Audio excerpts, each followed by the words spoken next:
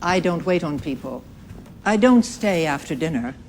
Not after it begins to get dark. I leave before dark comes. We live in town, 9 miles, so there won't be anyone around if you need help. We couldn't even hear you in the night. No one could. No one lives any nearer than town. No one will come any nearer than that. In the night. In the dark.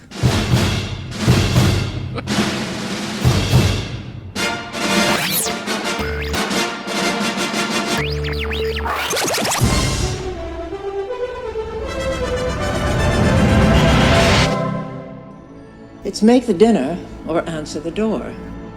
This is Film Sack.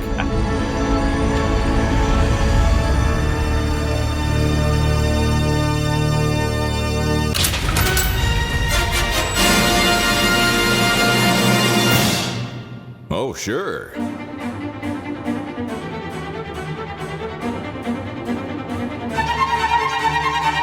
Hello, and welcome to Film Sack. This is Film Sack, mining the very depths of film entertainment for all mankind. This is episode 623. I'm Scott Johnson, joined today by Brian. He's a small price to pay for such savage kicks done away. Oh, my savage kicks. Look Yeah. at them. They're so Hubba, 90s. hubba, hubba. Oh, hi. You like my calf muscles? You like those? Hubba, hubba. Oh, hi.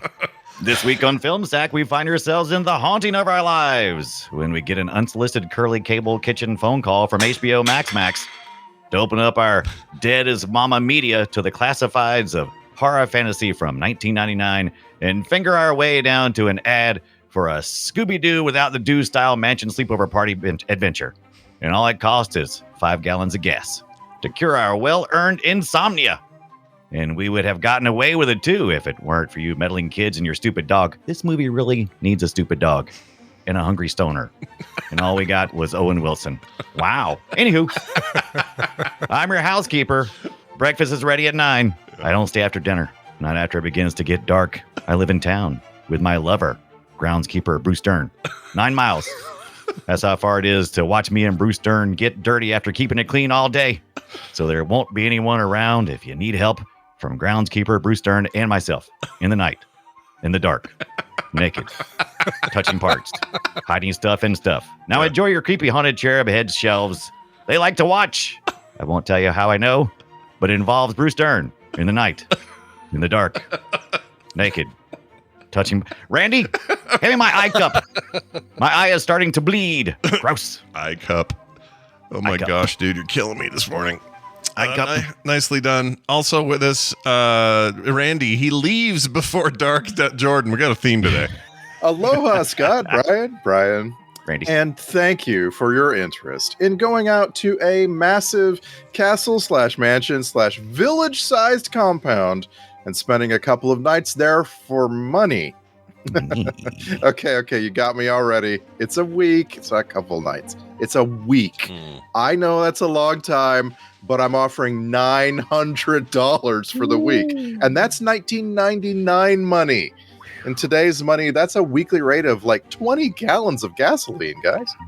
It's real good money. Wow. And you know you want it, even though you don't really know anything about what's going to go down at Chateau Gigantique. Did I mention the house is big? It's big enough to contain a funhouse mirror room that has like 6 carousels. Who even does that? Oh, I'll tell you. Paranormal spirits, that's who. And you're going to survive them as long as, gosh, this feels exactly like last week. 3 rules. Number 1. When you arrive at the place you're going to be sleeping and there's a big padlocked gate, you might stop to think about your next step. But when the crazy old man shows up and says some crazy old man shit, you just leave. Just leave. Number 2, everyone knows you don't sleep in a bed that has barbed murder stalactites hanging above it. So don't do that. I mean, barbed murder stalactites fall down and kill like 14,000 people a year. Don't be a statistic. Number 3, remember, when you're the only person who can see the murderous spirits, all you have to do to get rid of them is go have sex with someone. Then that person becomes the one being pursued. I mean, have sex with the annoying one, of course. You could also choose the ugly one or the dumb one. Good news, all Owen Wilson. It's all the same guy. No, I see where it went. I see where it went. Or Mobius. He'll be all right. Very well done. Finally with us, Brian, I think your pillow might be a live Ibit. Ooh, the My Pillow. Yeah. All right. Decided for this week I would go a little Spartan. Oh wait, this isn't Spartan. This is Madness.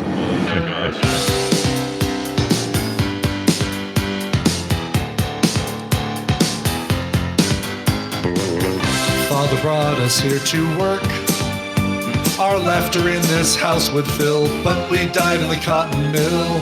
Burned us up in the fireplace. Trapped forever in this space, we can't ever leave. Hill House, in the middle of nowhere. Hill House, in the middle of no. Hill House, there's new friends here. A group of new folks just arrived and they plan to study fear. The caretaker's such a witch, but they live 9 miles away, they don't ever stay. Hill House, we don't mean to cause a scare. Hill House, we just want to braid your hair. Hill House, see our faces carved in wood. Hill House, carousel room can't be good. Hill House, in the middle of no. Now we got him on again. Mirror image Carolyn. We could have such a very good time, such a fine time, such a happy time. And it would be such a treat. Ghosting through the curriculum, she stopped Ukraine, and nothing could come between us. You'll free us. Hill House, swinging flu will take your head. Hill House, you'll say wow and you'll be dead. Hill House, spiral staircase acrobat. Hill House, you'll hold on or you'll go splat. Hill House, in the middle of nowhere. Wow.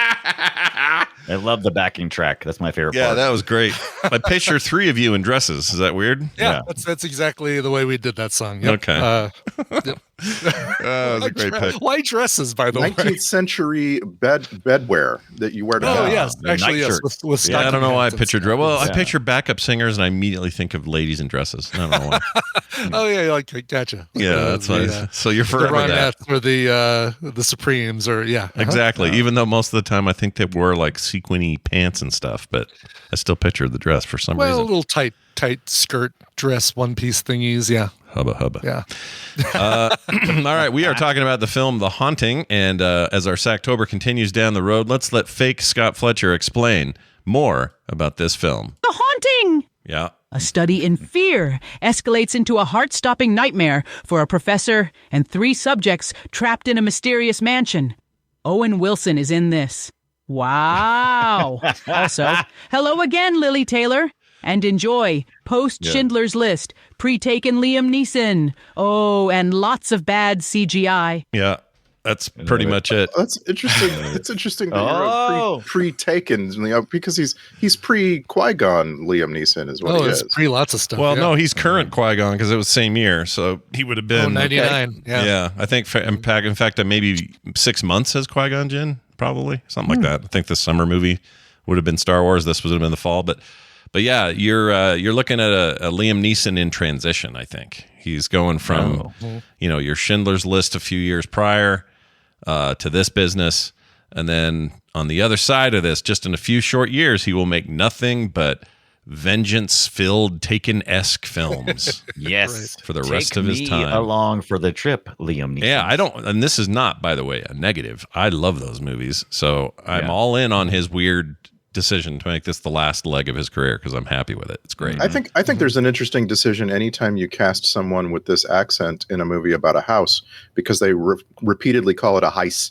Oh, a heist. Oh, the heist is haunted. The heist is haunted. Heist. Here's the thing, though. Why do you suppose he got to keep his accent, but Catherine Zeta-Jones didn't get to do hers? What happened there? I think it's just that he can't not do his accent. Oh, fair point. That's actually a good point. I've never heard him not do it. Let me think for a minute. Yeah. I guess he sort of affected a German accent in Schindler's List. Yeah, but I mean, even in Darkman, it's like there's like this little hint of his accent. You know, it's like we got to do Darkman. Why have we put that off for so many years? Can we do Darkman? See, this is another one that I could have sworn we've done. I thought we did Darkman. I think we've talked about it. I think. Yeah, it's not on here. Okay. I want to do Darkman. Can we just get that on the track on the list or whatever? I'm sure it is. Right now. Need to. Okay, probably already is. But anyway, this is directed by Jan de Bont or Jan de Bont or however you want to say it. Jan de Bont. Mostly known up to this point as director of Twister, Speed, and then prior to that, a whole lot of like stuff for Spielberg, like second unit director and director of photography, I think. Dude really didn't do as much as we think he did. Like he's a lot larger in our memory than actual credits. Like there's like he directed 3 movies or something. Yeah, it's like not a big each one deal. of them were like boom. Yeah, except this There one. it is. This one is not boom. There it is. I think this is his worst work. I think this is not great. And if these trivia notes are to be believed, Stephen King hated it. He in fact was on set a bunch. Somebody said he was what like, he thinks. He didn't make it. well, okay. So it says here, Steven Spielberg was so disgusted by the quality of the Spielberg. final product. Yeah, what did I say, King? Okay. Sorry. King. I thought you said King, but okay. I meant King. Spielberg. King. I know why I confused it because Stephen King wrote the first draft of the script and then that fell through and he went on to do other stuff. Anyway, Stephen King was so disgusted by the quality of the final product of the film that he removed his name and ensured the credit made no single mention of him in the credits. Jeez. Oh, I'm usually all about, and we're talking about King again, right? No, this is Steven Spielberg. Okay. Spielberg I'm many shocked you didn't play the scrutiny sound because It deserves some scrutiny. You're not wrong. Here, let's play it. Scrutiny. Yeah. I mean, I don't know. Who Is he that freaking petty? who? This movie was what it was. It was fine. It's fine. It just is not. Okay, I'll say 2 things just to get it off my chest. One, I'm done watching haunted house movies for a while.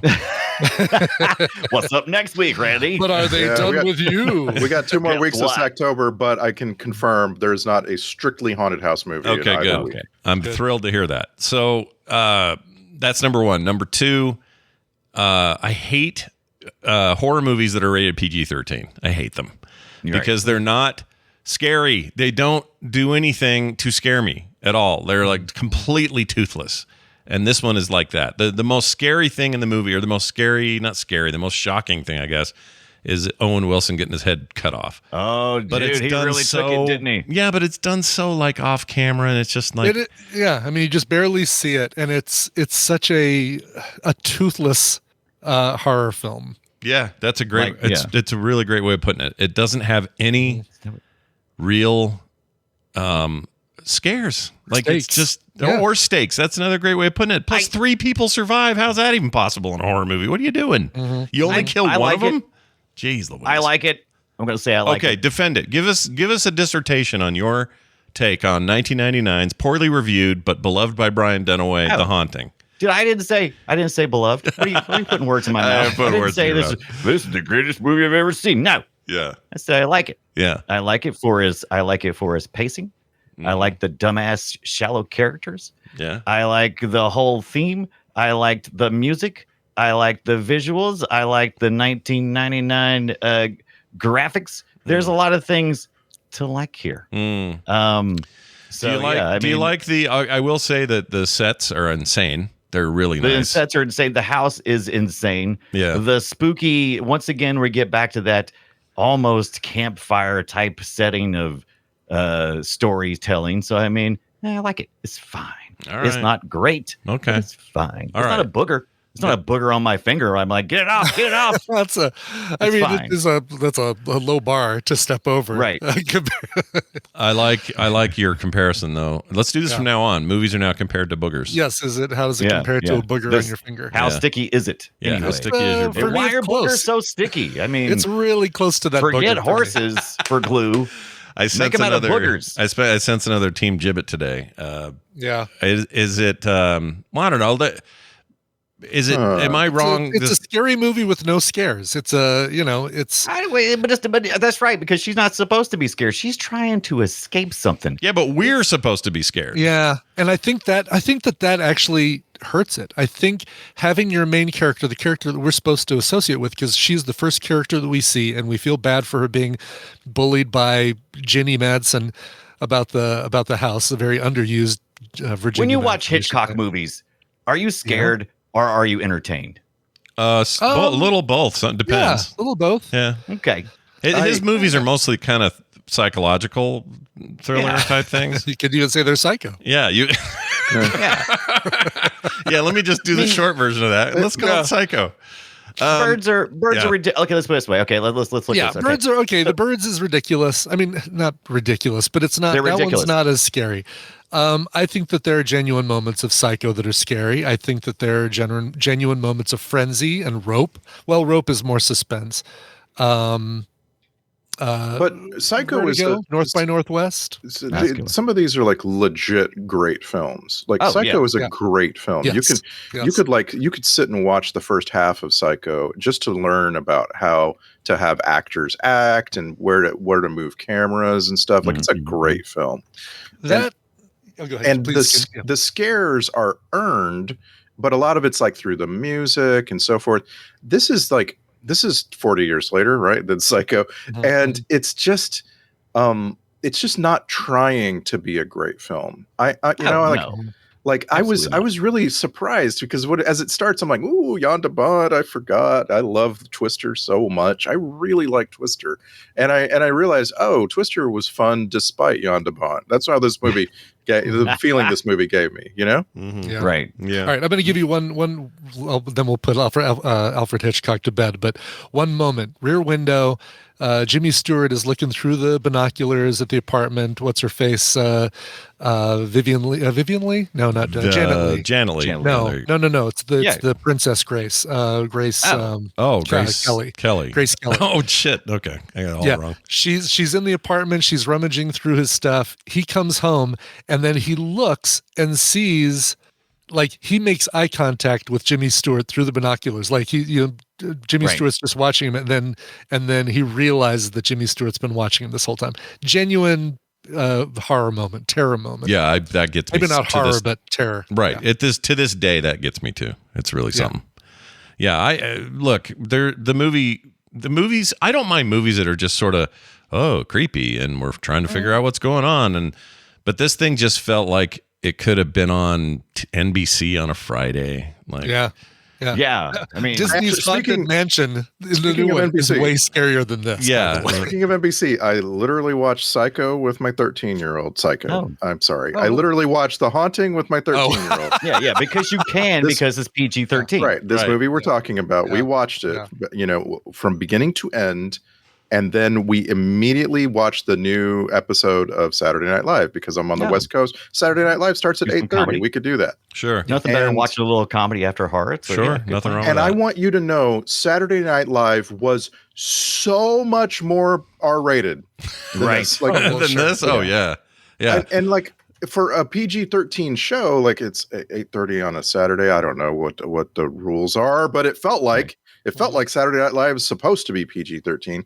I was like, why didn't the movie push these limits of what you can do in that rating? You know, because it didn't at all. They didn't at all. And that's the other thing is it's low PG in my estimation. I mean, the closest you get to 13 is that decapitation, and it's barely anything. It's kind of a cartoon. I think the framing is kind of important here because one of the first things we see.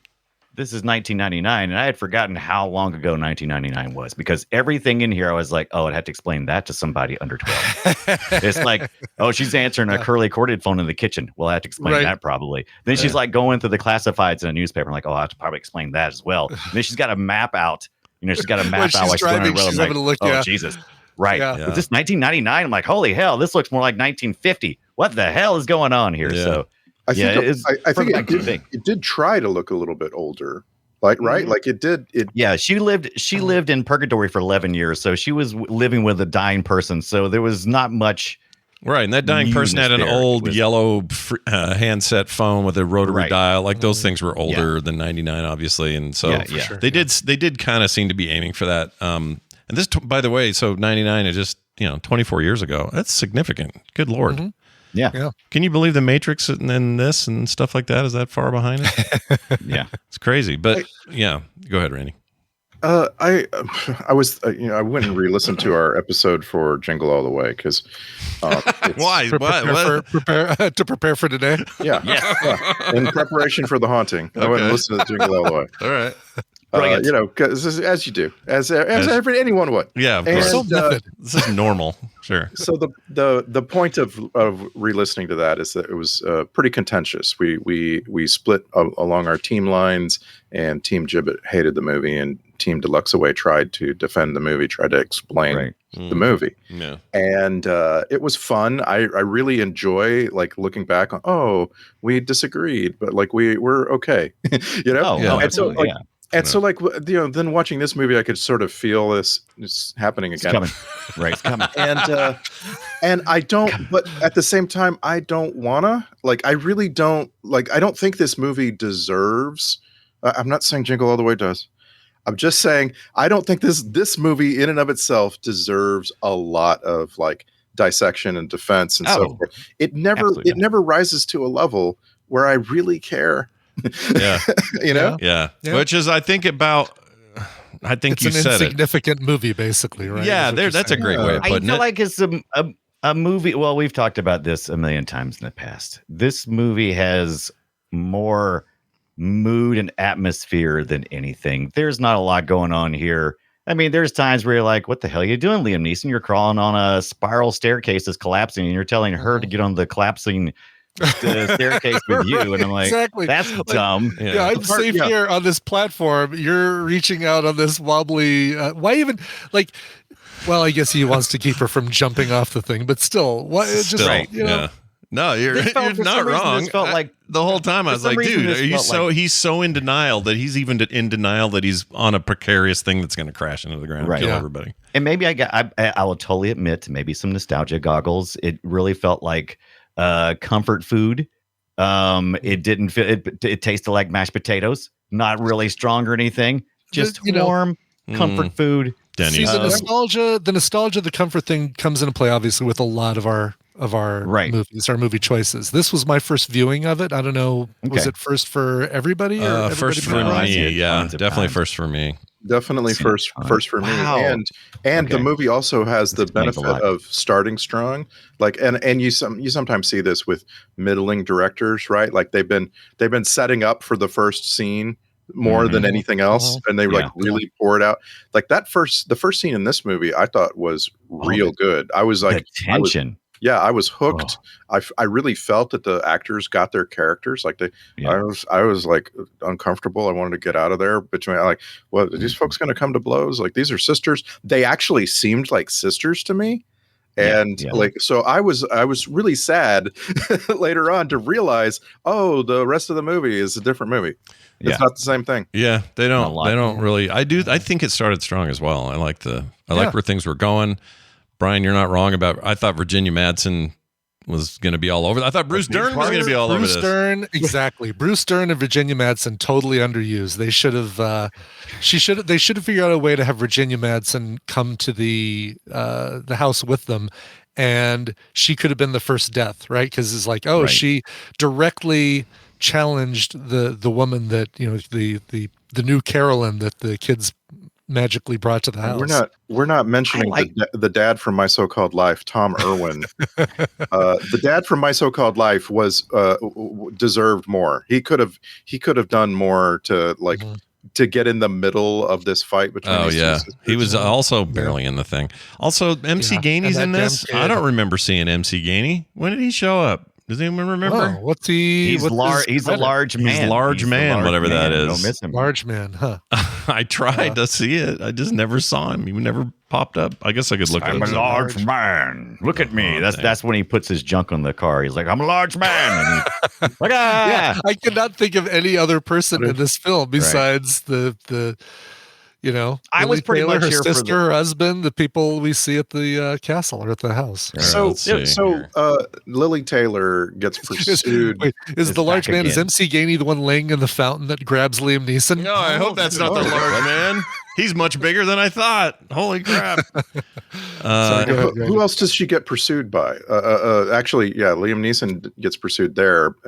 But most of the pursuing is of Lily Taylor, and maybe a lot of it is stuff like an exploding window, and it's not a person. Yeah, yeah. Yeah, the one effect that I did think was really good and really clever and effective was when those two veins turn into eyes. Those two arches over the bedroom, yeah, that was turn cool. into eyes. It's like, okay, that is a pretty cool effect. The one also toward the end when she has achieved her goal, and the wall relief is slowly dropping her to the floor, like letting her down slowly.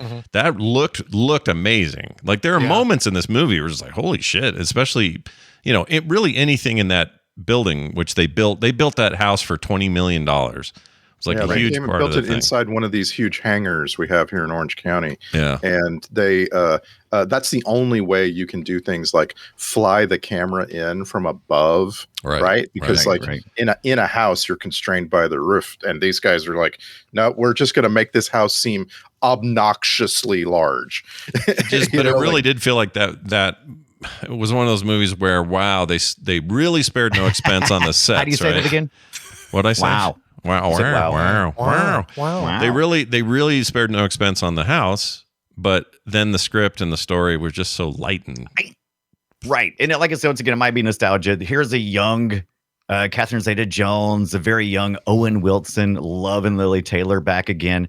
I like the character writing, and I want to attribute that to maybe David Self, who has also done stuff with Road to Perdition, The Wolfman, and those kind of things. So The Wolfman's a terrible movie. That's an awful film. Yeah, the Benicio one, is that the one we're the talking Del about? Toro one is terrible. These are just kind of characters that I don't get to see a lot of. They're not great, but I feel like they're as different. One-dimensional as the thing that it made me think of a lot was the kids in Nightmare on Elm Street 3. The Dream Warriors. They're all the Dream Warriors. How they're all like, here's this one who can't sleep, and he's just gonna be popping these sleeping pills while he reads a book about sleep, and then walks around throwing baseball. And they're facing very shallow thing. And maybe it's part of the comfort. It's very bland. I like that Lily Taylor has decided she's not going to be the victim. She's the hero here. She's been the victim from the moment we met her. Well, you won't hear me say anything negative about her in general. I really like her a lot. We saw her last week in a much better role. Yes. Oh yeah. And I would say she's great in. I watched Leatherface. She was fantastic. I have a as the crazy complaint mom. about Lily Taylor. Oh, my gosh, what is it? What do you got? It's her line delivery. I really like her in Say Anything. She is such a great supporting member of John Cusack's entourage. I mean, basically, it's an entourage of three people, basically, or two people. But here, there are times that I had to turn her up and then turn down the rest of the movie because her whispery delivery is just too. She's playing meek. She's playing very meek, right? But she doesn't. Is that her fault or the sound design? Yeah, I don't know. It's probably a little bit of both. I mean, it's probably not her fault that that's her voice, if that is her voice. As long as she's not told like, oh yeah, your character's meek. Oh, then I can do this voice through the whole thing. Right. And that just gets to me after an hour and a half of it. It's like, no, talk. I had the most like insane crush on her from that movie back then. I just thought Say Anything? Yeah, I thought she was so cute in that. Did you want to take a jam box and head outside her window or something like that? Yeah, a jam box. Oh, and also you say Owen Wilson's last name funny. You put a T in there. You say Wilson. I like Owen that. Wilson? Yeah. Owen Wilson? Did I put a T in there? I think he said a T. Do it again. Say Wilson. Okay. Oh, Owen Wilson. Oh, okay, you're good there. I thought you said it was Luke Wilson. Wasn't that Luke Wilson? Because they kept calling him Luke. They did. Hilarious. I didn't put that together. Yeah, but I did mess with him. I noticed it. I was like, wait a minute. They gave him his brother's name. Together. That's not confusing at all. Whoops. Yeah. I guess back then we weren't as. I mean, these two are in. Had we gotten Rushmore yet? When was Rushmore? Was that Rushmore was before this, wasn't it? This is one of the first things that I really noticed Owen Wilson in. See, there was. You hear the little T in there? Did you hear the Wilson? I didn't hear. I wasn't listening. Dang it. I heard it. Oh, Rushmore was the year before. Rushmore was in 1998. So we had Luke Wilson, because that's the first thing I remember Luke Wilson in. I don't remember the first thing I saw Owen Wilson in. Yeah, it feels like. Oh, for me, it was Armageddon. Really? Oh, that's pretty good. I can't remember. Yeah, and I remember all throughout Armageddon, every time you see or hear Owen Wilson, I remember thinking, "What's up with your nose, bro?" Like I remember. Oh, yeah. It's broken, Now, bro.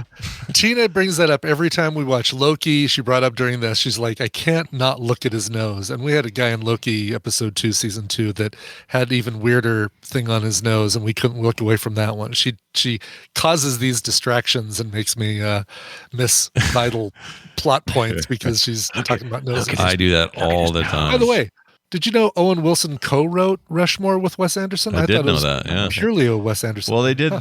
He also co-wrote Bottle Rocket with him, I think. Oh, did he? I think so. Wow. Yeah, and that was his first movie.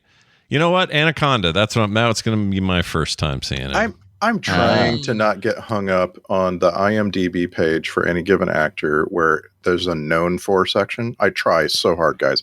It just captures my attention, and it's all I care about when I'm on IMDb. I'm like, known for, what are they known for? What's Owen Wilson known for? They have Royal Tenenbaums, Wedding Crashers, Bottle Rocket, Starsky and Hutch. That's not too bad. I think I could probably do better, but it's not bad. Whereas Lily Taylor's page, it doesn't even have 4 things. It doesn't include this movie. I don't understand. I feel like she carries the movie.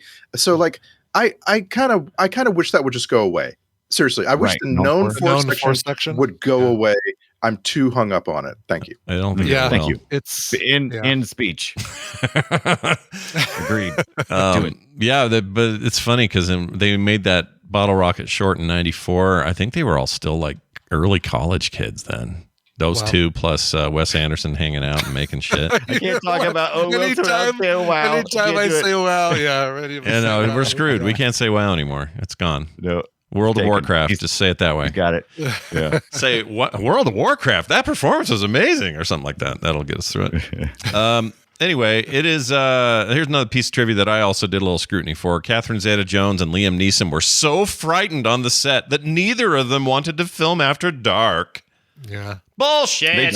They took her advice. They took the housekeeper's advice. Makes sense. That's something. Let's go 9 miles away. No one will come here. You tell the interviewer when you're asked by Nickelodeon how it was making the movie. Yeah, you got. That's a really good one. They got a Nickelodeon rep there. They're in that little room with the 2 posters across from each other. I can totally hear it now. Right. I hate those press junket. Yeah, they bug me. I don't know why. You know, I know why. Because I know how set up they are. They're not like. Yeah. Hey, let's just sit down and have a chat. These are lined up. There's like 50 of you. You better haul ass and ask your questions and get out of here. It's like a meet. How is it working with this director again? Oh, what, yeah, it's always the same dumb questions. And what's it like being in the worst Jan de Bont movie? That's what that's. That's right. Come on, Dunaway. You're supposed to fight back when I do that. You're supposed to get mad. By the way, it's Jean. It's Jean de Bont. Okay. Oh, was that what that was the part? Yeah, that was the part. I was hoping okay. Jean de Bont, mother humper. Sorry, Randy, you were saying something. I looked it up because I was like, how many did he make? Jean de Bont directed 5 movies. We've now seen 4 of them. But he's also in our credits another 5 times because he was the cinematographer for movies that we've sacked. Yeah. So he was the director of photography for Black Rain, Cujo, Die Hard, Flatliners, and Lethal Weapon 3. And that's pretty good. Those are good credits. I've seen all those movies like a million times. So it feels like I've seen them so often, even though there's just a few. Yeah. I've watched all those a bunch of times. It's pretty weird, though, that, The Haunting and Twister, which are 3 years apart, they just could not feel more different. Twister's also comfort food for me because, I love really Twister. Twister's great. Great time. I don't think Twister's ever a problem for anyone. It's fun. That's a fun popcorn movie. Yeah, I enjoy it. By the way, I went to Jan de Bont's Wikipedia page to try and figure out how to pronounce his name once and for all. And it looks like it actually might be Jean de Bont. Jean? Or Han? Well, it's a J. It's showing a J. Well, I'm glad we cleared that up. So it's not showing an H. It's not showing a Y. It's showing John de Bont. But here's what I like the best is that his first wife was named Monique Van de Ven, which means that if she took his last name, she'd be Monique Van de Ven de Bont. Oh my gosh. Love it. That's amazing. I would have taken his last name. Monique Do that. Van de Ven de Bont. Yeah. Director of photography for Lethal Weapon, Tales from the Crypt, Basic Instinct, Shining Through, Flatliners, Hunt for Red October. Good Lord, this guy was busy. Black Rain, we just want the money. That one. And then, directorially, let's see, producer. Was it producer? Well, anyway, cinematography wise, doing all kinds of work for Spielberg. Those two are pals, man. Yeah, there you go. That's where he gets most of his bread and butter, right? Yeah. The Minority Spielberg. Report, that happened. Yeah, that's a great movie. Yeah. It's a favorite. Great movie. Yeah, I love that movie. He did Hunt for Red Principal. October, Flatliners. Yeah. Basic Instinct. Busy Boy. Yeah. You're getting all his debauch on, you know? Yeah. See, all those things you said are just things that I loved back. It's all very low commitment. You know, you're not asking me to, you know, get too invested, but just invested enough to enjoy the ride. I guess so. It did feel like a ride, like a boring ride. He was right. nominated for Worst Director for the Golden Raspberry for The Haunting. Oh, weird. Weird. Yeah. Yeah. Oh, there's a bunch of Razzie nominations for this movie and others. Like there's these other awards that are also for bad movies. Mm. And that's where I just want to draw the line and say, I don't think it's that bad. I don't think this movie justifies like calling it like the worst acting of the year or whatever. I mean, was Yeah, 2000 or 99? I don't think you can do that at any year, but I can't imagine it was the worst acting in 99. There's no way. Plus, Yeah. there's so many Exactly. movies. Like this stuff's Okay, so it's arbitrary anyway. It's so You have the dumb. list in front of you. I'm looking at the I list do. right now. I'm looking at it. And it's like the nominees for worst actor included Adam Sandler and Kevin Costner. I'm like, you can't beat that, right? Like Adam Sandler's gonna win the Razzie every time. What was Costner for the For the love of the game and Message in a Bottle. Yeah, two for front. Weird. All of these Worst actors and picture this year actresses. was Wild Wild West, Big Daddy, Blair Witch Project, The Haunting, and Star Wars Episode 1. What, Dunaway? What were you gonna say? I was gonna say all these actors and actresses pretty much went on to make pretty big careers out of acting, just like they're acting here. So Well, I don't know. They were already doing it though. This wasn't like a debut for anybody. They were all working. No, but they were, you know, they weren't and- like. I mean, Schindler's Fuck. List was a big deal. But they weren't. I'll give you- It I'll wasn't give you like one. that. Wasn't that's not why you were going to Schindler's List. You weren't going to just specifically for that, right? Well, I he mean, got a there was a- nomination for best actor in there. He did Right. good. I'll give you one. There was there's no way that this is the worst screenplay of the year. That like Big Daddy was in that competition, but like it's there's a category in the Razzies called worst screen couple, and yeah. they nominated The Haunting for Lily Taylor and Catherine Zeta-Jones. And I liked that. I know, but I'm like, yeah, I get it. They had no chemistry. Those two had zero for being such interesting actresses. Zero chemistry ever. Yeah. And Zeta Jones was a double nominee because she was also nominated in Worst Screen Couple with Sean Connery for Entrapment. that I feel hard. I mean, I like everybody. There's no one in here I don't like. They're all fine. It's just, and they all have great, fine careers. It's just like, this is just a weird thing. It's a good director making a mediocre film. And What'd you think about the baby cherubs? they were, when they were moving, they were annoying because they just looked CG and kind of bad. But when they were the staring, stuff in the- it was fine. When they're in the drapes, it's kind of cool. You Oh, know, yeah, the- that looked in cool. their Yeah. shape. But then once they got into the sheets, and it's like, oh, this is really silly. Yeah. And then the And the face and the pillow. pillow and stuff. Yeah, that stuff looked pretty bad. The big CGI statue grabbing him, that might have looked cool then. It looked pretty bad Oh, now. the giant bird thing? Yeah, whatever that was. The blue thing Yeah. that pulled Neeson into the Oh, into the the fountain, pool. the fountain statue. fountain yeah, thing, there's yeah. also that bronze bird that Talking about the I think- griffin? the Yeah, griffin, the thank griffin. you, that I think could have killed everybody. Oh, the Like, griffin. that- Did you see the pecs could on have that been, you know, griffin? Haunted That dude house was- rules. Are you not allowed? Like, do you have to raise enough mana to be able to do the the possess the griffin statue? Because if you would have just started with that, movie's over in 5 minutes. It does Can- feel like can we- the Griffin Can we could have really express wrecked some it. relief that this movie is rule bound? Like there's some pretty straightforward rules. Everybody seems to follow it. There's not like, it doesn't like bend the genre. Yeah, you know what? I'll give it enjoyed credit for that. I was complaining last week about the Conjuring, and I didn't think it had enough rules, or at least it wasn't clear about them. This one at least was pretty clear about how this place works and what's haunting it and why. Yeah, I like that the characters even say to each other, we should just leave. Yeah. And it's like Yeah. we're not leaving because can't. this one person isn't leaving. She's not leaving because she has really good reason to. And that was cool. I'm cool with it. Yeah. Just felt like there were no when your only stake is Owen Wilson. It's just like, what are you doing, man? Like, you can't have 3 of you survive this. Plus, Bruce Dern and all the other 1 second actors that were in this. Like, you're supposed to. It's a horror movie. It's supposed to kill everybody. 2 survived, right? Because I like movies that don't kill everybody. Sacrifices herself to live in the house forever and save. Oh yeah, shit, forgot about that. Yeah, you're right. I like movies that don't kill everybody. I kind of like it. Yeah, I like it. You don't want. Well, I mean, I like movies that don't kill everybody in the right context. But if you're giving me a haunted house movie or any kind of horror movie, I mean, half the deal I like a little break from the slasher formula of only one can survive unless it's cabin. If you're a haunted house and you go to all the effort to scare people into separating, you need to take them out one by one. Otherwise, just keep them all together. Yeah, what's the point otherwise? If you're going to pull me in the water and then spew a little blood into the water and that's all you did, well, you're not a good haunted house. You're a boring I am assuming that even though it wasn't really explained, I pretty much wiped it clean pretty quickly and went, oh, well, this guy really gets off on scaring people. That's where he gets his power, right? That's where he lives, scaring people. If you kill him, you can't scare him. Is that Michael? Is it Michael Cavanaugh? Is this the guy? Who's the actor that was like the main dude on the painting? The bad guy. You mean Durham, Logan? Michael Cavanaugh? No, Cavanaugh was. You talk about the painting.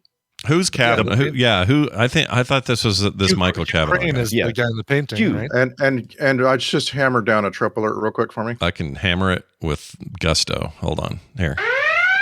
Charles. Don't ever name a character Hugh Crane. You don't do it, or anything like it.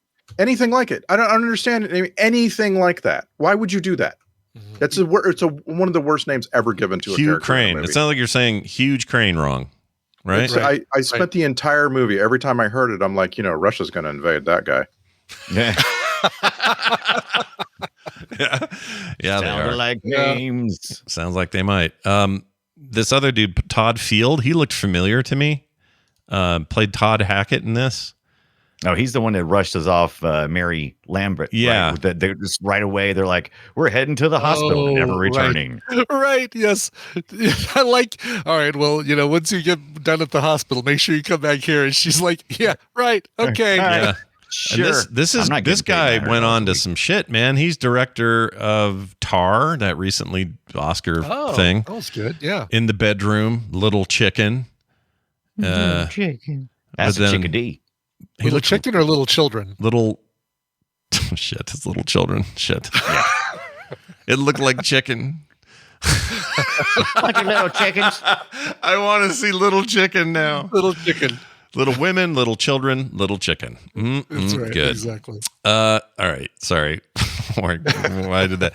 But it made it hard for me to pick out who I would call chick in the bucket here. I wanted to do the lady who got her face slashed early on, and they ran off.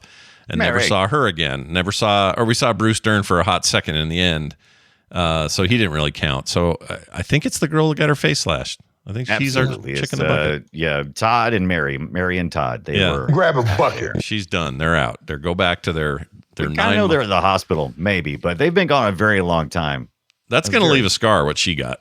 Long time. Oh, that hospital. Oh, my goodness. Yeah. 9 miles away. Yeah, not at least 9, right? No one comes closer. 9 miles away. Yeah. By the way, I didn't realize that she, the housekeeper, Marion Seldes, along, of course, with Owen Wilson, both of them in Haunted Mansion, the most recent Disney version of Haunted Mansion with Rosario Dawson and Danny DeVito. How is that? Do you see it? Scarier than this. Really? Nah. Did you guys see the first Haunting, the original movie? No, it's like an old 60s thing. Yes, late 60s. Yeah, I think so. Let's see here. 1963. Julie Harris, Claire Bloom, Shirley Jackson. So y'all hadn't seen either one of these. So y'all go in and not knowing anything about any of the haunting stuff. Yeah. Richard Johnson also to his friends Dick Johnson. Dick. Yeah. Do we watch Haunting of Hill House here? The movie, not the TV series, but the I love House that show. on Haunted Hill. That's what it was. The Haunting of Hill House, or Haunting of Hill House is not it. You're Haunting of House Hill. Wait a minute. The House on Haunted Hill, is that it? So we watched. Let me give you what we watched. So I'll say those. There are you make a point here that I actually wrote down. How many things are Hill Houses in so many movies? Yes. It's so weird. Yes, well, Why? that all goes on the back to Hill. the original like book and movie. Calling something Hill House because it sounds so much like Hell House. Hell We're so House. clever. Oh, Anyway, okay. on Film Sack, we have watched The House on Haunted Hill, which just last year, and also last year we watched The Haunted Mansion, which you remember was silly, and then several years ago we watched House, which was this other movie. We have not watched any of the other ones that you just named. Yeah, and the Haunting of Hill House is a series and a very good one. Oh gosh, yeah, the Flanagan one. And his new one just hit. The House of Usher, Fall of House of Usher. Another house. Houses. Another house. I like Yeah. houses. But it doesn't have midnight in the title, which is kind of like Yeah, but I'm excited about it. I'm hearing very, very good things, but this is officially his last joint at Netflix before his Prime deal starts, so worth seeing, Yeah. I think. Hey, looking at our Film Sack history, the one that I want to revisit because I just don't really remember it, but we apparently really liked it, was Amityville Horror. That was definitely that a was house. Ryan Reynolds.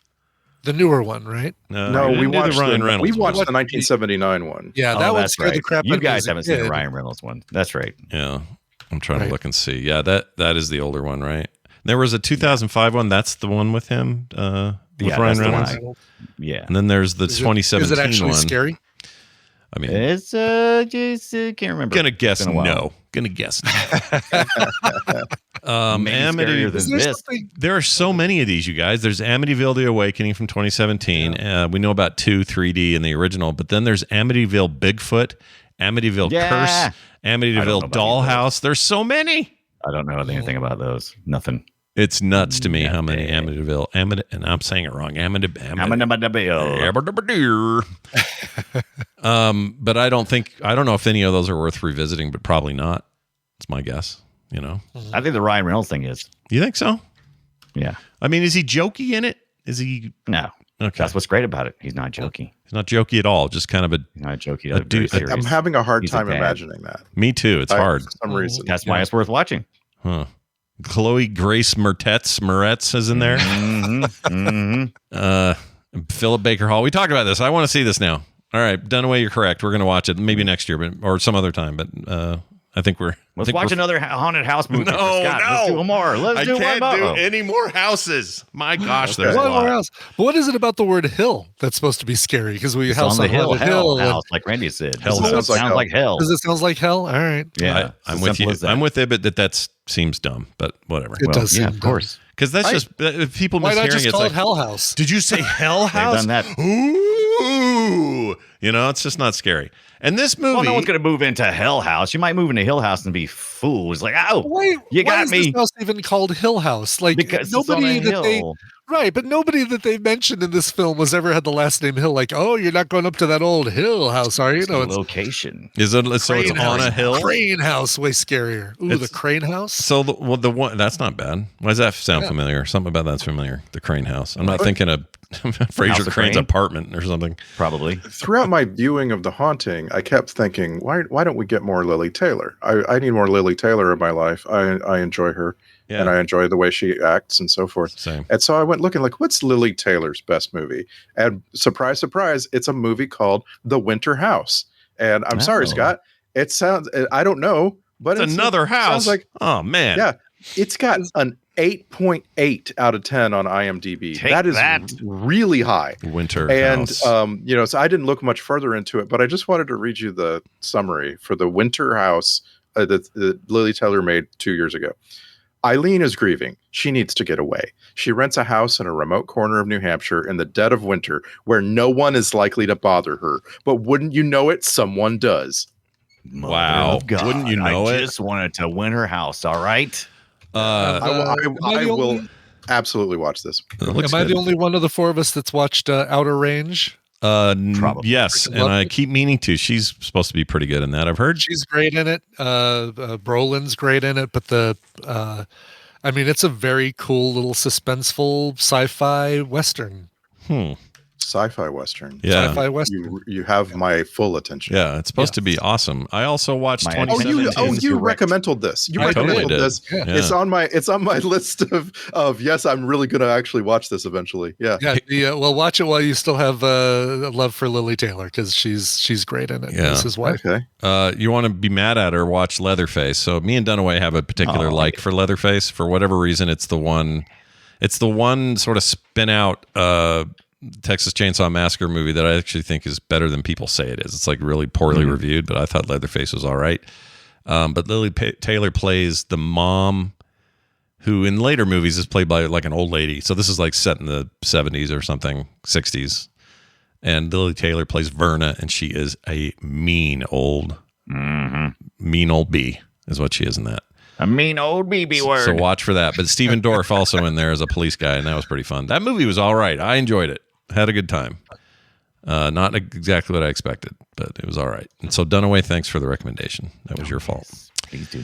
We haven't said much about Liam Neeson, and we don't really. That's because he's barely in this thing. He's kind of barely in it, don't you think? I mean, he wanders around the house, has a few things where he's Pretty like, "No, this isn't logical," and then off to someone else's story. Leads people up there under false pretenses, and Yeah, which seems unethical. Like he's supposed to be this. He's running a very ethical study, except for the part where he's not ethical at all. Right. exactly, yeah. Good Lord. He's like, hey, we haven't been told why we're coming up here. Really? You think? You think maybe Grandpa Schindler over there is giving you the bullshit? So I found his character to be kind of a waste of time, to be honest. Anybody could have been him. I like Liam Neeson. Oh, yeah. Brings a lot to the roles he's in. But in this, what are you doing? Yeah. Go do something else. This seemed like, a step down. He stepped right back up and went on to other cool things, but there was a dip. Hollywood is an MC Escher painting. Sometimes you gotta. Sometimes it seems like you're going down, but you're really Rodin statue. You're going up. Screaming kids in the wall are going to come after you. Yeah. I want you to get under your bed. They're going to take you. Well, he's got a very special set of skills. What are you going to do? I don't know if I like Liam Neeson anymore. I'm not sure what's happening. I don't know my what's gosh, happening. why? What happened? What's going on? I would like my defense of the Phantom Menace was that Liam Neeson's real good. Yeah. And then as the years have gone by, I'm like, oh no, what if Qui-Gon had one note? I just like everything I see him in, I'm not feeling like the acting is really that great. What did you think that thing we did recently, the airplane one? He was really good in that, didn't you think? It was all right. Yes, he does really carry that thing where he looks grim and stern, and he's about to give you orders, and you better follow them or your life will be forfeit. Yeah. That's cool, but what else? I need more. Yeah. Maybe that's what it is. He is locked into a path right now that he seems to be perfectly happy in, and they make money at the box office and all that. But I don't know that we're suddenly going to get Liam Neeson in Scorsese's final film. I don't think that's going to happen. Right, yeah. Maybe. He was great in Cold Pursuit, though, from a few years ago, the one where he's a snowplow driver. It's basically like Die Hard. It's like every 90s action film, but he's a snowplow driver. Yeah, it's like Die Hard. It's like Taken, Die Hard, but then it had like a dark sense of humor I wasn't expecting. Yes. That was good. Yeah, I watched that based on your recommendation. It was very good. And he's in it with Bruce Dern's daughter, Laura. Oh, yeah. Laura Dern is there. Yeah, she was in it more than her dad. Look at my dinosaur. I kept thinking of the Burbs because he looks more like he still looks like Bruce Dern from the Burbs here, and not Bruce Dern from Nebraska, which is a very different looking Bruce Dern. But I like Bruce Dern. Interesting that late '90s Bruce Dern plays 2010's. Oh shit. Hey, it's early in the morning. Names are hard. I just had it right there. He plays 2010's Gary Busey. Oh. and it's so like there's apparently a character that you can create. If you have, I don't know, wild eyes and scraggly gray hair, there's a character that anyone can do if you have that. He's very good at it, though. I really like his thing. Real quick, since you brought up Busey, let's just check in on him real quick. All right, let's see. He has some advice for you. Here you go. Anxiety, stress, and no confidence comes from the holders of defeat. Self-defeat. When you defeat yourself, Huh. Don't defeat yourself. Always be positive. Okay, there you go. If you told me that Gary Busey died 3 years ago and he was replaced with AI, I would believe you. I just saw a video. I can't remember what it was, but somebody posted a video of Busey in California. Like they hit his car, or he hits their car, and they go driving after them with their phone and like keep trying to tell him, "You hit my car," and he just smiles and he's listening Whatever. to Beach Boys at full blast, and he's like, "Yeah," and he just keeps driving with his. Sweet. That guy doesn't care. He didn't care anymore. You mentioned buttered sausage, Dunaway. That whole thing was a deep fake. I thought it was real. Yeah, that's what I'm saying. Yeah. Oh, really? Yeah, they did. Some guys did a really good impression of him, and then somebody else. It all seems like it, but it seems so real because that's exactly the weirdness that he's. Yeah, he would actually bark that out in the middle of the interview. They're like, "What is your favorite roll?" Buttered sausage. It's like, what? Yeah. Buttered sausage. What about buttered sausage? It's the weirdest thing. Anyway, I wrote down here a note that says, "This house is rad. I like these actors, but this movie is boring." And I think I meant boring. Morning.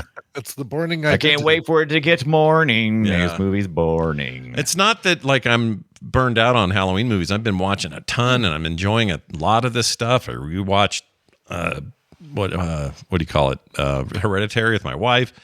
Like, can't get enough this year. I'm all in on the Halloween movies. But if I see one more tepid PG to PG-13 what if there had horror been a movie, Great Dane in this movie? Would you have been? That would have kept. it would have been worse. Oh my gosh! Like Owen Wilson had like a Great Dane, that would make it better. That's a weird thing. Wow, Scoob. I mean, I get where you're going. Yeah. You know what? There are direct to video Scooby-Doo specials that I prefer over this. How about that? And those aren't good. But I'm going to call you out and make you name one of them. Oh my gosh! Scooby-Doo and the mysterious, weed loss. Fart. I don't know what happened. Oh, there you go. Can't think of it. I couldn't tell you one of those. They're all bad. Right there. But I think they're better than this. At least I can park my brain and just go, all right, this is dumb. Let's go. And this one's it's like a dog solving mysteries. Park the brain. Your ingredients here are strong. You got a really amazing set, a director who knows how to make tense, cool movies, a bunch of actors who know what they're doing. Like, this should have worked. Liam Neeson's trusty cell telephone. That gets absolutely smashed. I was so sad. Yes. Yeah. It shatters like it was made of glass, that thing. That was the most unrealistic part. I really wanted to mess around with that thing, and it made me cry when it got shattered. Yeah. Everybody wants more practical effects in this movie. I have my trusty cell telephone here. We can play Snake if we get bored. Yeah. It'd be fine. In 99, only rich people had a good cell phone, feels like. That's right. It was still a status symbol of like, ooh, you have a portable mobile cellular device? Oh, you're definitely going to get cancer. And it's so different now. Oh, yeah, that's the other thing, is we've had enough time to study, like 95 or 4, whenever the cell phone started becoming a thing by StarTAC or whatever. That was when everyone was going, they're going to give you the brain cancer immediately. And now we have like 30-something years of data. Right. None of it shows an increase. Right. Well, but in their defense, boy, we were really cranking out some amps on those old ones, all right? Yeah. I mean, I used to get a headache from those things being next to my head. I mean, fair enough. Yeah, they were heavy and radiating. Heavy, hot. Yeah, they were hot. They would get hot. Yeah. I remember people like getting these headbands that would allow you to wear the phone on your ear. Oh, yeah. And that was that does not seem safe. That seems, even though I think all the stuff was kind of bunk, I wouldn't strap one to my head all day. That seems like a terrible idea. Yeah. Or even the ones, the little portable Bluetooth. I don't know if they were Bluetooth, the first ones, but the ear sets you could get. Yeah, those were too big and gnarly to put in your head. Don't be doing that. Too big. For all we know, AirPods and wireless buds and stuff are eating our brain. We don't know. Cool. Don't know. I can't wait. Yep. Let's get that coming. Let's make it a thing. Let's be like Satanic Panic 2023 style. Sure. It's already there, man. Oh, just that's have to true. post it one time on Facebook and it'll spread like wildfire. That's right. Mm-hmm. I say all this as if it isn't already happening more than it's ever happened in our lives. Yeah. It's fantastic. What else? Oh, CGI pillow nonsense. We talked about that. CGI, the morph in the mirror when Lily Taylor starts turning into the other lady. Oh, her mouth first. I thought you were talking about instant pregnancy. Okay. Oh, that God, there's that. Then there's fast acting pregnancy. That's my favorite. Yeah. flip book. Go to the fireplace. Oh She's yeah. like flipping through all the photos somehow at flash levels of speed. By the way, I don't know how that happened, but Oh, she hauled cheeks, dude. yeah, She got around that whole house a lot faster than anybody did. flip, Whole house. flip, And we, Yep. I think we watched a shorter version than the version I've seen before because I'm Oh, I pretty didn't. sure. Yeah, I think this one was only like an hour 50, but I think the one I've seen before is like over 2 hours. I must have seen. Really? That sounds like a nightmare to me. That Then sounds it would be awful. great. That's exactly what you want from a horror movie. A nightmare. Well, all right. So Spooky, if an it- extra 20 minutes. If you're telling me to have like an unrated director's cut type thing, I would maybe check that out because it sounds like maybe this thing was way watered down. So maybe that is better. I mean, I've said this before. One of the worst movies I saw in theaters was Ridley Scott's. I want to say that the carousel thing had a bigger something in it than Really? Yeah, it would have to because they go in there twice basically. Once when they discover the thing, and then Lily Taylor Right. goes back in there, and it's really just so she can see the mirror image of herself getting pregnant, and that's it. Right. Like they could have done that with any mirror in the house. Yeah. Right before that, she sees mirror images of herself, only she's slightly different people. And one of them looked so much like Famke Janssen that I went straight to the credits. I was like, oh, I wow, found they really, something. how did they do that? And then, no, it's not. It was just, they just like used some mirrors that stretch your face or whatever. Yeah, her mouth Oh, I was thought weird. they were using Morph. I thought I pretty much assumed it was Morph. Morph. I forgot about Morph. Yeah, Morph, dude. Morph was the way. Because they were morphing her into Hugh Crane's second wife. Right. Yeah. Right. And it looked very much like Famke Janssen to me, which Gotcha. was I could see a very that. exciting moment. Well, it was, but then I thought, maybe this is where what's his name, the supposedly large man actor is. Maybe he's just a large man. What if, oh my gosh, if Lily Taylor became MC Gainey? Jesus. That'd be great. Oh my It would have been the gosh. scariest thing in the we're movie. talking, yeah, exactly. Now we're talking. Now you're talking scary. hard R. Let's go. Let's get it done. Yeah, it's fine. All right. You know what, Dunaway, I'll give you this. It's fine. It's not the worst Fine. movie we'll see. It doesn't. Right. It's fine. It's fine. Yeah. It's fine. There are people who have already written in saying, I love this movie. I have nothing but Right. fond feelings for it. I saw it 3 times in the theater. We always get this with people, especially 90s kids. They're super into the thing they were when they were kids in the 90s, just like we in the 80s were. So I understand and I support it and I respect it and I will allow it. All right. We'll allow it. I always want to allow that because, as you know, in 99, I went and saw, no, not 99, sorry, when it came out, 97, 98. Well, I watched Armageddon at the movie theater like 17 times. I went and saw Armageddon so many times, and it was just made me so happy.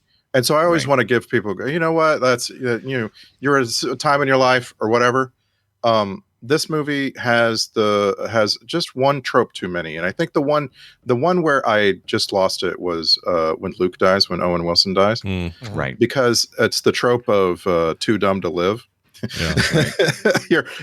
Any of us could have avoided that. Like you're just like, Yeah. oh look, here's something slowly coming at me. Exactly. He's got time to hear Lily Taylor say, "Watch out for the flu," and then turn and look at the flu. Yeah, you should get your shot. Oh. Oh, you mean the thing. Ah. Yeah. You know what, though? Don't spoil my Twitter post. Yeah. Oh, don't spoil that. sorry.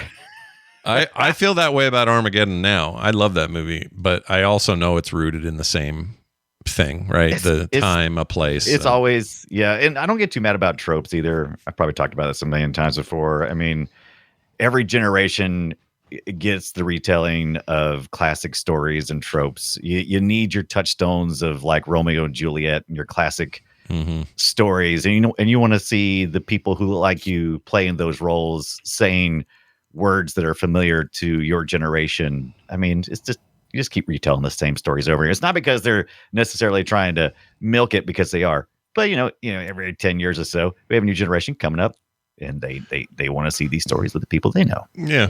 Right. Yeah. I could see that. Yeah. Real quick here, just because we were talking about Armageddon, I noticed that our friend Michael Bay, director extraordinaire, excuse me. Maybe your friend. Oh, He's making a movie called, it's upcoming. It doesn't have a lot of notes, but something called Robopocalypse. Oh. Sci-fi story set in the aftermath of a robot uprising, which sounds great, except that's a stupid name. Don't you think? Robopocalypse? Robopocalypse. I don't like Say it. it as fast as you can. It makes it less good. It's bad.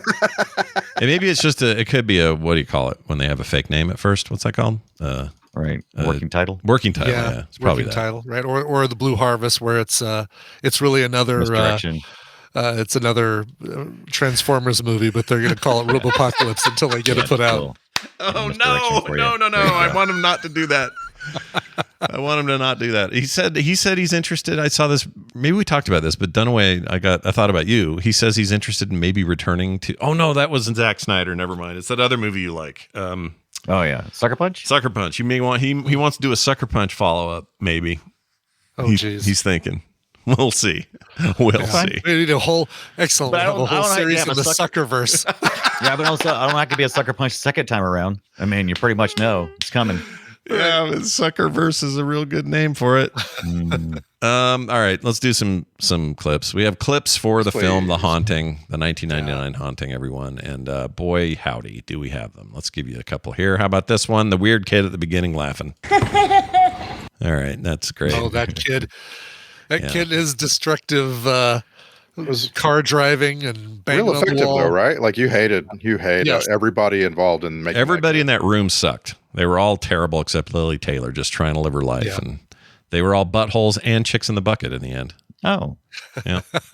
chicken buttholes. Chicken Chicks in the buttholes. butthole. Yeah, never get the fried chicken buttholes at KFC. The Guess situation. what? Anytime you order from KFC, you're getting the fried chicken buttholes. I was gonna say, you're getting it every damn time. All right. Giving me an old car. Oh yeah, that whole part You're taking away my home and giving me a 20-year-old car. doesn't feel like a good deal. That's not any car. That's an AMC Gremlin, baby. Oof. It's worth money now, not in 99 probably though. But still. This kid just- needs I to. Oh yeah, go ahead. I just want to say once again, I've said this many times. Try to get close to your siblings. The older you get, the more you're gonna be glad if you try to get close to your sibling. Oh yeah. Like seriously, if you like start sensing a falling out with your siblings, fix it. Seriously, it's worth it. Yes. Yeah, do that, or if it's real bad, bail early. I don't know. Maybe that's bad advice, but if they're real rough, maybe. It's just like You got to do what you got to do. Yeah. The point this movie is trying to make is there is no shittier situation than when you have a elderly, aging, dying person and someone's got to take care of them. Like you should consider the person who does the caretaking an angel from heaven. You know, and like this movie is reversing all of that. It makes you feel bad. Yeah. Just don't. That's Like the idea. no, in real life, don't do that ever. Yeah. Here's this bit about peeing. Eleanor, help me. I gotta pee. Oh, this kid. I love that kid. I don't know, man. I feel like he's in the card table in the other room for Thanksgiving. He's not coming in this room. Yeah. Yeah. Forget it. Here's Liam Neeson in his normie voice. What are your feelings, Mary? Tell me what your intuition say. Oh, yes, hello. He really put air quotes around the word intuition. He really Yeah, did. he did. Yeah. It's the most passive aggressive. That's great. What are we doing, or what are you doing here? Yeah, I'm Mr. Dudley, the caretaker. But what are you doing here? Yeah. I'm Mr. Dudley, the caretaker. The line right before that is, "You're Mr. Dudley, the caretaker?" Yeah, I'm Mr. Dudley, the caretaker. He's just an I ass. wrote that down because like we all need to say he's Mr. Dudley, the caretaker. Yeah, he's just kind of an ass. Also, they're not caretaking much. The place is a dusty mess. Yeah. I thought about that and I was like, holy hell, but can you imagine two people trying to that just makes me tired just thinking about having to dust all of that just as two people. He's outside. Right? It's just her inside making food and trying to dust that place. Holy hell. It's a lot of And work. do they seriously, when they show up in the morning to caretake, they wrap Right. that chain around like that much with the lock That's crazy. while That they're seemed- there? And that then seemed what, they're crazy. going to undo it, pull their car out, go and redo it, and then Yeah, that seemed Try 9 insane. miles up. Nobody's coming out there. It's 9 miles from anywhere. No one wants to go there. Like they were being paranoid. nobody will come. Not at Nobody night. will come. Not at here. night. Not It's in dark. the dark. 9 Yeah, miles. because like I guess no one in this region of the planet is aware of the 14-acre compound with the turrets. Like this place would be so famous if it was anywhere in the United States. Oh anywhere. yeah, you'd go visit. You'd go drive by it all the time. You'd want to be there. I like a big scary house because I know that ghosts are bullshit. So I go. It's fun. Let's go. How many square feet is your house? A lot. A lot of square feet. Yeah. all the square feet. All the square feet. Every square. We don't measure it in square feet. It's the interior of acres. Yeah. This is an interesting one. This came to me from. Let's see. This looks like Ibbott's dad sent this. Yeah. Oh. So this one came from your dad. This came from Vermont. He found an old file. This is audio of you. You asked your date if she was also working on an art degree. Okay. Because you were, you were busy in art school and stuff. Sure. And this is what your date said. No, I studied purgatory. And I'm glad you broke that one up. Yeah, it's a ski resort. Yeah. Local, actually not that local, but it's a ski resort, and she was just a big time skier. Sure. Everyone loves a little she purgatory. Studied it. Yeah. Studied purgatory. Studied it. She knows every black diamond, every blue horseshoe. Yeah. Exactly. It is actually all right. I felt like we were going every big Lucky heart, Charms. every yellow moon. Yeah. Imagine if the diamonds in that cereal were black. Yeah. That would just be like black diamond, like a Halloween edition. That'd be cool. Right. All right. Owen Wilson shows up. So I didn't mean to scare you. Luke Sanderson, just a bad sleeper, basic tosser turner. Yeah. Basic tosser is right. Basic tosser turner. Yeah. Tosser Turner is a great name. I'd see a movie with Rip Torn and Tosser Turner headlining. Here's more Wilson. I swear to God, you get a steady diet of that crap, and pretty soon you start thinking about moving to Montana and becoming a survivalist. Wow, that was so funny. What a joke. Hilarious. Then he made a cat sound. Wow. All right. That was almost a wow. That's a wow. No, I'm kind of a wow. That's a wow. It's a wow. You're going to call it a wow? I'm going to say almost. It's a wow. All right, let me imagine it. Let me play it, but I'm going to imagine wow. Hold on. Wow. Oh, wow. It's yeah, it actually works. Wow, meow. It's all the same. Just a wow where he doesn't move his lips. It's like Green Needle. Green Needle. Here's a good movie, thwack. Yeah, that's where she got hit. Wow, there's a whole bunch of noise going on. Like a Rube Goldberg of I hear a sound, toilet beginning. Let's hear it again. Someone dropped a like half a flush or something. Someone poured half a glass of water into the toilet. That was weird. And then slapped somebody afterwards. Yeah. But what was it that hit her in the face? I don't remember. It was a piano wire. It was or a something? piano wire. Yeah, piano wire. That's it. She didn't duck the piano wire. Never use a water in the house that sounds like this.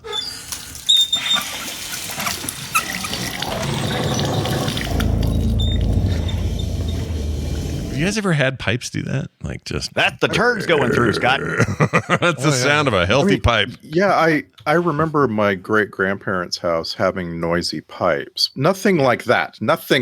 But like I can imagine it. It always, if mine start making that noise, to me that's a sign we need new pipes. Yeah. Well, I don't live in a mansion, so I can't say. I guess not. Like maybe old crickety pipes are fine because they've lasted 150 years. I don't know how that stuff works, but I know that here I've had pipes break for way less reasons that don't make a sound. So I don't know what was going on back then. Resonance. I guess so. I don't know. I don't want it, is what I'm saying. Here's some creepy carving talk. These carvings are really creepy. Uh-huh. He just adds such an Owen Wilson flavor to everything, really. He does. So bizarre. All these fat little cherubs and angels with furry animals. It's really bizarre, I think. Bizarre. Since he does that in so many movies, that exact little thing. Golly gee. It's got to be ad lib, right? And they just kept it. I assume he does a lot of ad libbing. Or that's just, I don't know, maybe. I really like Owen Wilson. On paper, though, I'm annoyed. Like that kind of stuff should annoy me. It does in this movie a bit, I'll have to admit. But like in all the Wes Anderson stuff, he's great. I love him in Loki. Amazing in that show. Oh, yeah. Yeah. He's one of the best things about it. Like aging Owen Wilson might be my favorite Owen Wilson. He's awesome. But this whole like, wow, I don't know. It's weird. It's a weird thing he is. He's a weird thing. What about all the noises? What about all the noises? He has a little fart at the end. Did you hear that? What about all the noises? Yeah, he farted again. Weird. What about those noises? Wow. Angry acting. You don't care about insomnia. You just wanted to scare the hell out of us so we'd fit into your little test or model or whatever other bullshit you need to understand this. You can't do it. You listen. I am trying to help people. I love that part at the end. Here's a yell. Stop being so hysterical, lady. Right, exactly. Hysterical women. We're bringing it back. Here's a yell and a slap. Try to understand why people act the way they act, why they feel the way they feel. It works better in audio than the video. Yeah, you could morph that together with Dave Chappelle saying, "What did the 5 fingers say to the face?" Oh yeah, that's always a good joke. It's such a, I don't know. It's such a mean. He's being mean. It is mean. I don't know why he's being mean. He's being so mean. He's being mean. Oh. All right, here's something about not looking good. She doesn't look good. Yeah, she doesn't look good. She kept going. That's rude. She doesn't look good. I think she looks great. In fact, you know what I really like about Lily Taylor is she's just growing she's just aging naturally. Yeah. Yeah. Just letting it go, and it's great. Not letting it go, but you know what I mean? Like she doesn't look like she doesn't look like a big plastic really face. Let herself go. Looks great. Yeah. She looks great. Compelling. I really respect that. All right, gonna stop you now. What? I'm gonna stop you now. Oh yeah, that was a dumb line. Yeah. I'm gonna stop. Oh, listen to that. But Listen she to that said the great thing she was delivery gonna too. do. I'm gonna stop you now. You're not wrong. It sounds like it's from like a Pixar movie. It doesn't sound like it's from this movie. Yeah, and she's very good at delivering plenty of other things. For some reason, it's really stunted here. It's faint. It's weird. Also, this is a Fast and the Furious film, and I don't know if you guys knew this, but it's one of the Fast and the Furious spin-offs. They never talk about it, but here's how we know. It's not about them. It's about family. It's always been about family. So it's about family. You tell them, Lily. It's about family. Yeah. It's always about family. Barely hear her over the wind. Yeah. Lily Taylor. You can barely hear her over the wind. I assume she's tiny. She got to be a little tiny person. She's got to be, yeah. Something about her on screen. I just go. Let's see. Give me 30 seconds. I'll bet she's. I'm going to guess. Can you find me some pictures of her feet too, Randy? Jones. Those are all pretty tall. We'd like pictures of her feet. 5'2". 5'2"? That's pretty short. Yeah, that's pretty short. Yeah. She's with some tall people too, right? All those other actors are. Neeson is pretty tall. Yeah. Yeah. Yes, he is, but like Owen Wilson isn't that tall. No, he's kind of average. 5'11". He's 5. I'll bet he's 5'5", 5'6". 5'11's pretty tall when you're 5'2". So she studied theater at the same Evanston, Illinois theater workshop as John Cusack, Joan Cusack, Ann Cusack, Aidan Quinn, Jeremy Piven, and Lara Flynn Boyle. That's called the Piven Theater Workshop. And I wonder if that's no why way Piven's in every single John Cusack. That's true. He is a lot, right? Yeah. So wait a minute. So that's his dad or something, or family? Can't be him. Look, and it must be. I'm guessing it's like named after his family. Yeah, I could see. Yeah, that. they made a donation, and now it's the wing. Founded by Joyce and Bern Piven, who are his parents. Wow. Jeremy Piven's parents. That explains a lot about Piven's rise to actorhood. Right. His golden time in Entourage. That's right. Well, yeah, he had his moment there, really. And then he got in trouble, right, for grabbing boobs or something. Something happened with him. Yeah. Piven was given some reality. Let's see. On October 30th, 2017, adult film actress and reality television personality Ariana Bellamar made accusations via Twitter that Piven had groped her. Yeah. Groper stuff. Groper. Isn't adult film already reality television? I don't know. Not a lot of reality going on. No. I don't think they're a little less real than reality TV. Yeah, yes, actually, it's yeah. And even reality, that's saying something because reality TV is not very real either. I'm adding that to my list right under isn't oatmeal soup. Yeah, I like that. That's good. Keep that list with you. Here's one final note. This is the music in this has no place in a horror movie. Dunaway, I know you said you liked the music. I did too, but I just think it's in the wrong place. Here's what I'm talking about.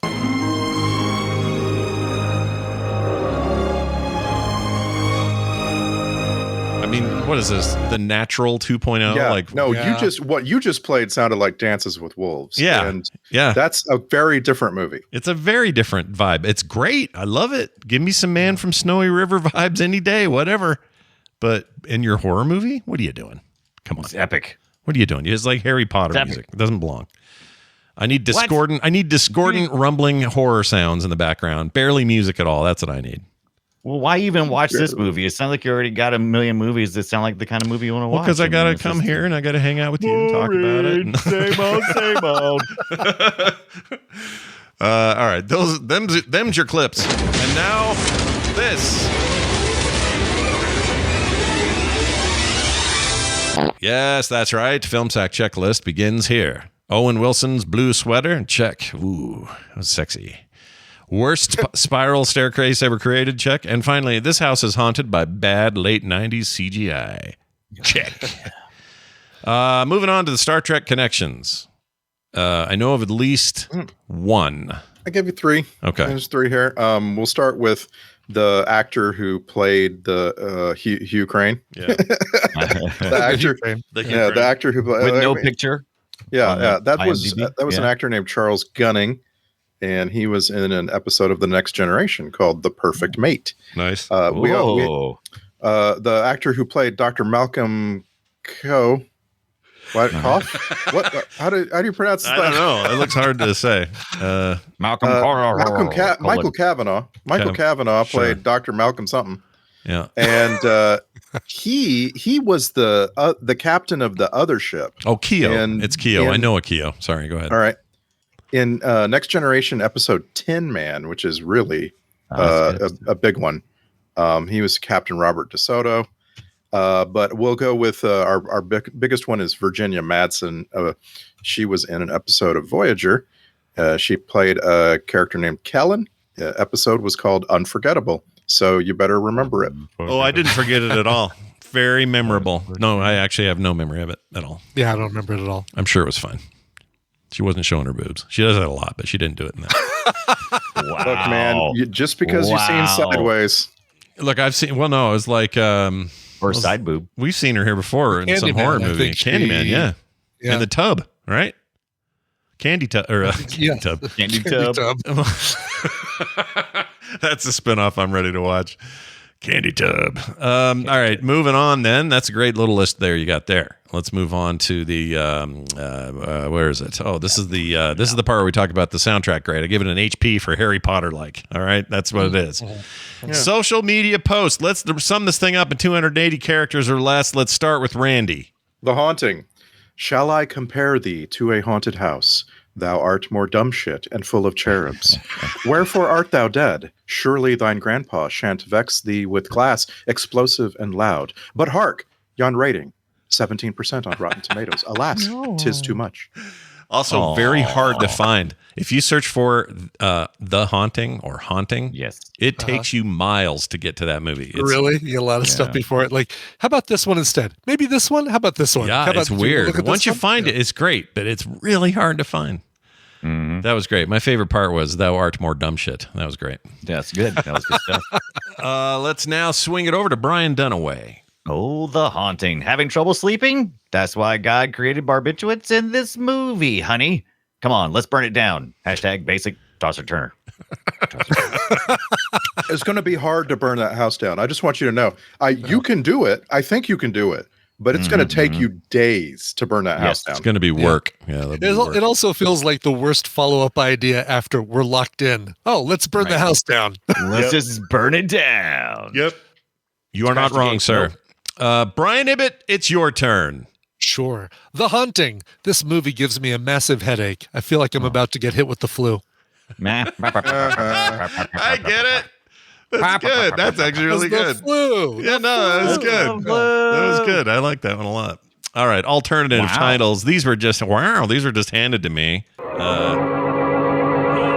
Let's get a little paper for some Foley work. That was worth it. Okay, here it is. Alternate titles were almost Schindler's Pissed. It's interesting. Or The Haunting of Trope House. I think that one probably would have held if they had stuck with it. Let's move on to emails. We got the email here from the United Kingdom. This is from Anthony They're Rockhead. united now. Yeah, right. They're together finally.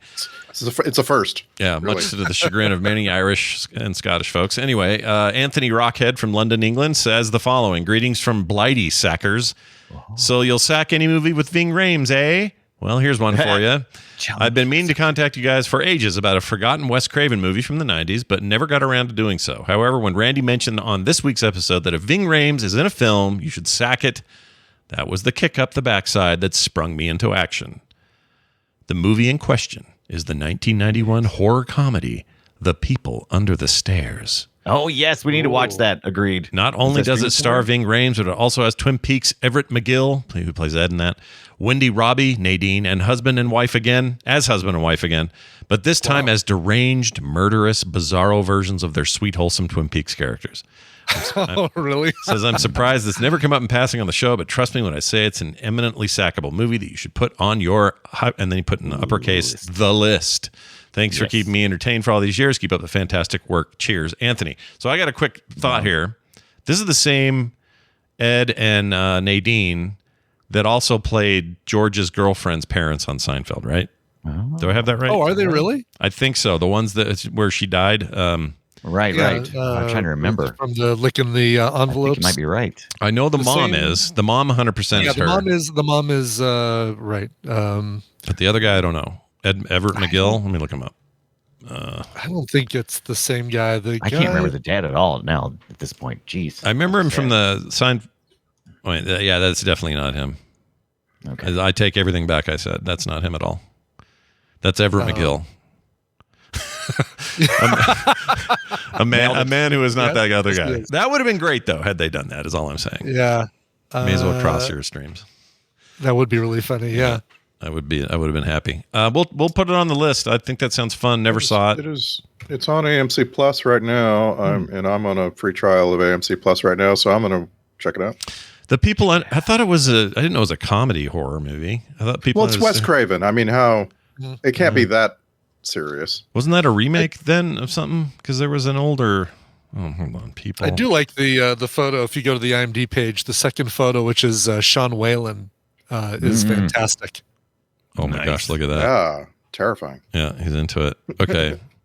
Yeah, there it is. 2 adults and a juvenile break into a house occupied by a brother and a sister and their stolen children. There they must fight for their lives. Is that Under the stairs. But if it's another haunted house, I mean, come on. It's not a haunted house. There's people in it that are bad. How's that? Well, Sean Whalen is weird looking. Look at him. He is. He's Frogurt in Lost, and of course he was one of the science folks in Twister. That's right. Before mentioned Twister. That's right. He does a lot of TikTok stuff now. I see him all the time. Does he really? Mm-hmm. Yeah, he talks about old movies he was in and what it was like to work with so-and-so and that kind of thing. And he looks. I just need to get right to that algorithm and I know. I wish I could almost say, take my profile and transfer it to my friend, because most of what I see is stuff that you would like. Stuff that I would like, for sure. I've said many, many times, hey, TikTok, I have $1 billion opportunity for you. And that is selling people's For You page algorithm to other people. That's a great idea. Yeah. I'm telling you, people. I can't imagine how much people would like if you came along and said, "Hey, Taylor Swift is on TikTok, and you can buy her algorithm." The $500. We'll start there. I mean, people would pay anything for this. Oh yeah, especially you could be a scale too. So for small people, you charge $1 or whatever. But for like big popular celebrities or whatever, yeah. But then you find out you get Will Smith's and you find out he's watching like 13-year-olds dance. Like that'd be weird. You don't want that. Oh God. I'm not saying I think you don't make your TikTok profile up for sale if you have some skeletons in your closet. Yeah, you probably don't involve skeletons yourself. in your algorithm. By the way, the algorithmic skeletons is a cool concept. Yes. Yeah. Sean Whalen. One last thing about Sean Whalen. Most famous role of Sean Whalen. It's the guy with peanut butter in his mouth who goes Burr. Really? The got milk ad, yeah. Where he? Oh, okay, I got you. I don't remember that at all. That's weird. You don't remember that at all? I remember the got milk ads, but I don't remember that one. Yeah, he had. He basically was listening. He's an Aaron Burr historian, and he's got all sorts of stuff about the duel, and he gets called with a radio contest just as he takes a big bite of a peanut butter sandwich. And they say, "Hey, for $1 million, who's the name of the person who shot Alexander Hamilton?" And they cut to all of the, all the stuff all over his walls. And he's like, Aaron Burr. Oh, and he's like, I found it. What's that? Let's try and it. He reaches for the milk and it's empty and he can't. Well, let's play. I'm going to play a little bit of it. I think I have it. Please do. Let's see what we got I here. described the entire thing. And now let's make that random call with today's 10. Whoops. Who shot Alexander Hamilton in that famous duel? He looks at the screen. See. Hello for $10,000. Excuse me?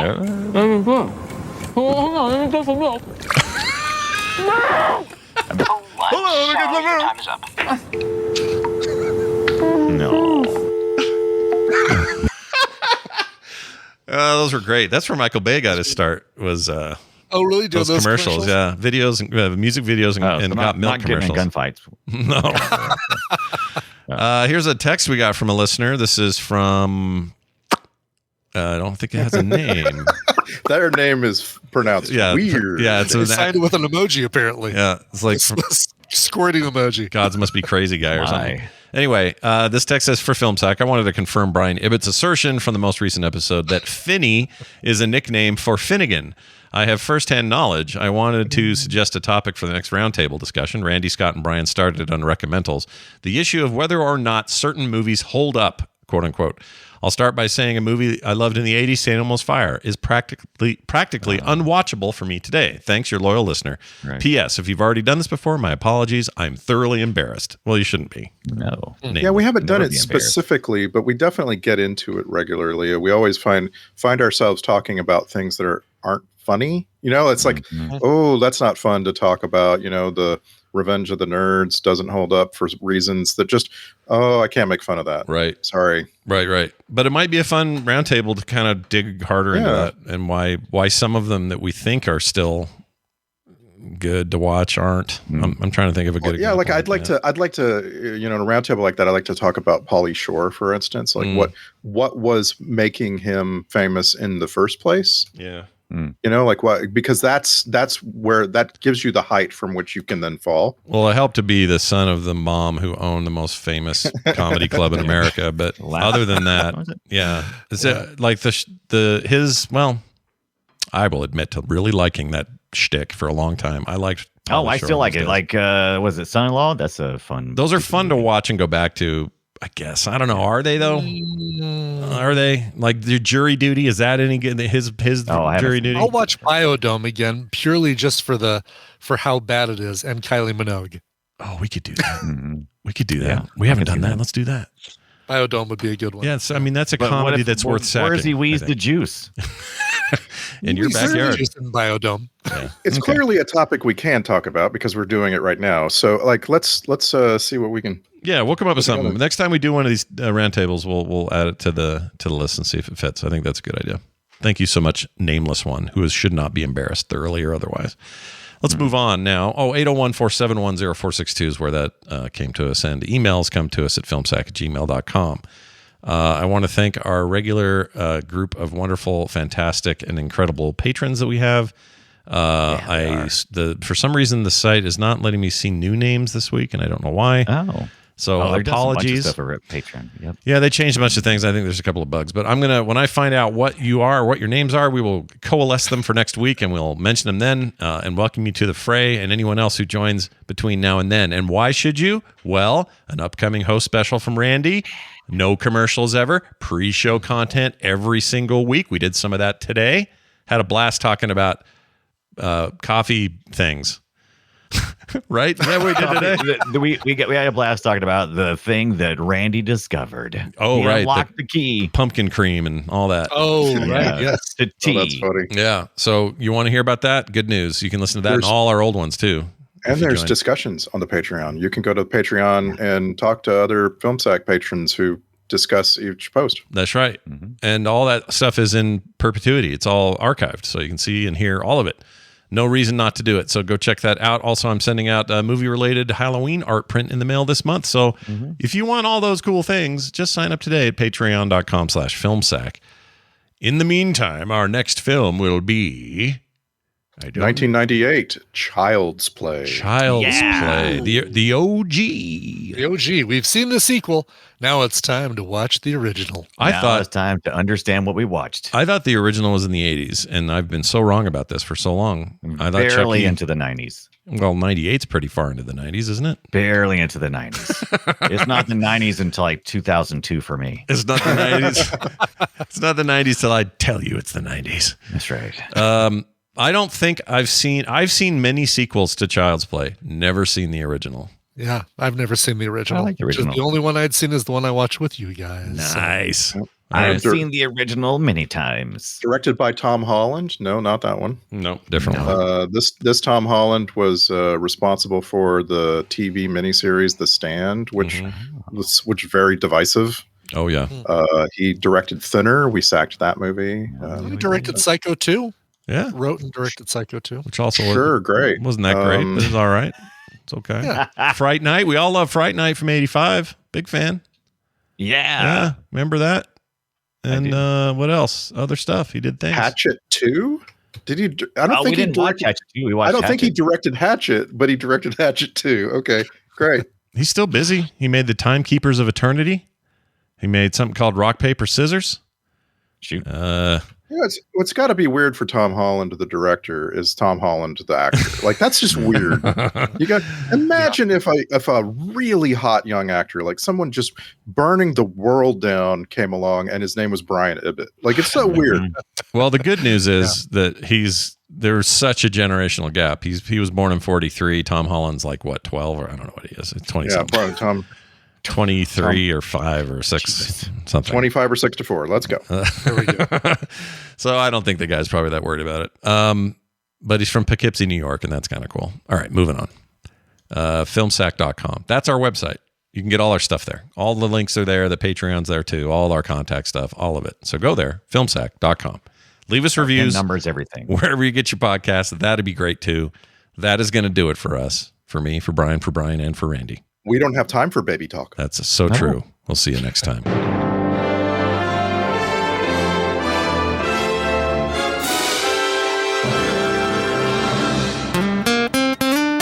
Get more at frogpants.com. Wow.